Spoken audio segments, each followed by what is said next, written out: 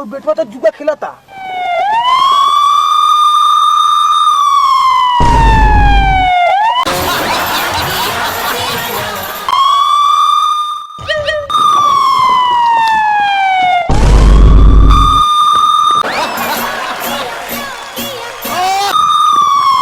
अरे बाप रे, छिलनपुर थाना आलई रे। अरे भाई तो दोनों का झगड़ू महतो हवा।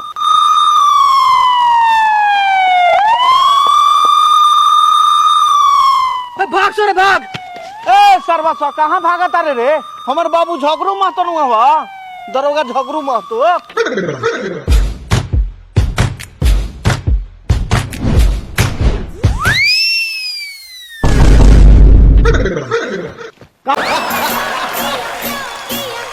ओ बाबू इस सरवा ताशो खेलता और दारू पियता।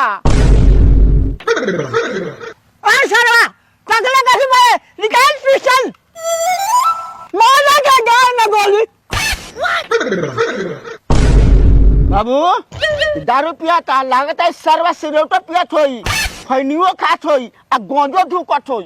ए जा बैठा। जी सर।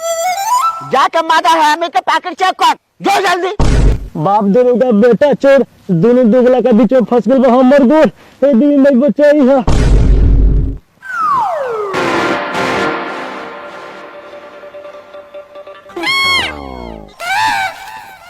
सर लागत है दुगो गोर को चुनौती रख ले बा। है क्या बात? वाह भाई टोकले का बारे ओट ओट के निकाल।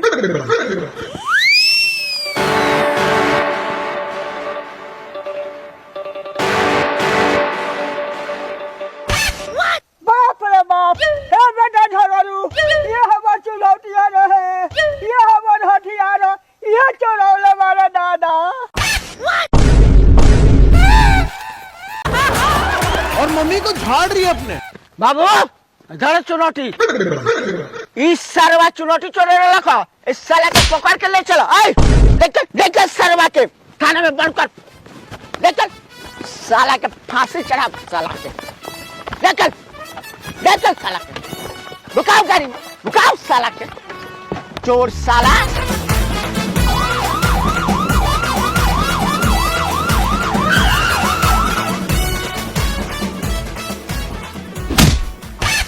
उतर भौसड़ी वाला, बूढ़ आदमी के हथियार चुराता रे साला।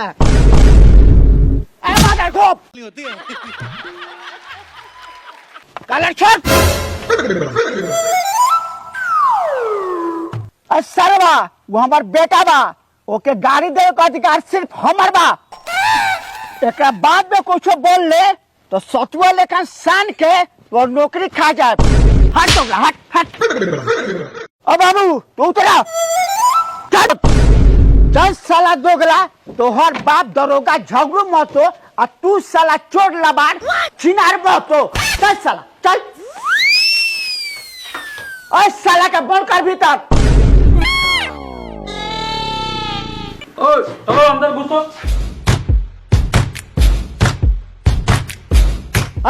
तो का जो बस्ती में ये हमार फैमिली मैटर बा, हम समझ लेता नहीं।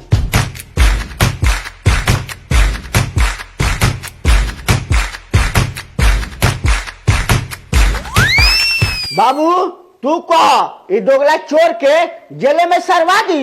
ए बउओ कौन केस में? ओ बाबू 76 में चाहे 77 में हो कोनो के गान लेल बन क्या हो कि 76 77 के केस में फंसा देबो। ए सरवा एगो तो चोरी ऊपर से सीधा जोरी। सरवा तो बहुत बोला तारे।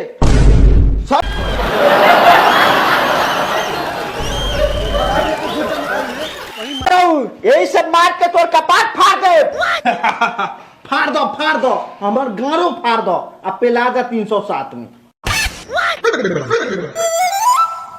इस सरवा ऐसे ना मानी, एकरा गान में डंटा झुका है के पड़ी। अरे बाप रे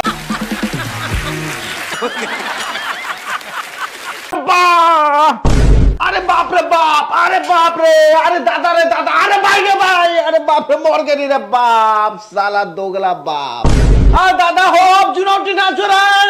अरे बाप रे बाप, अरे माई रे माँ।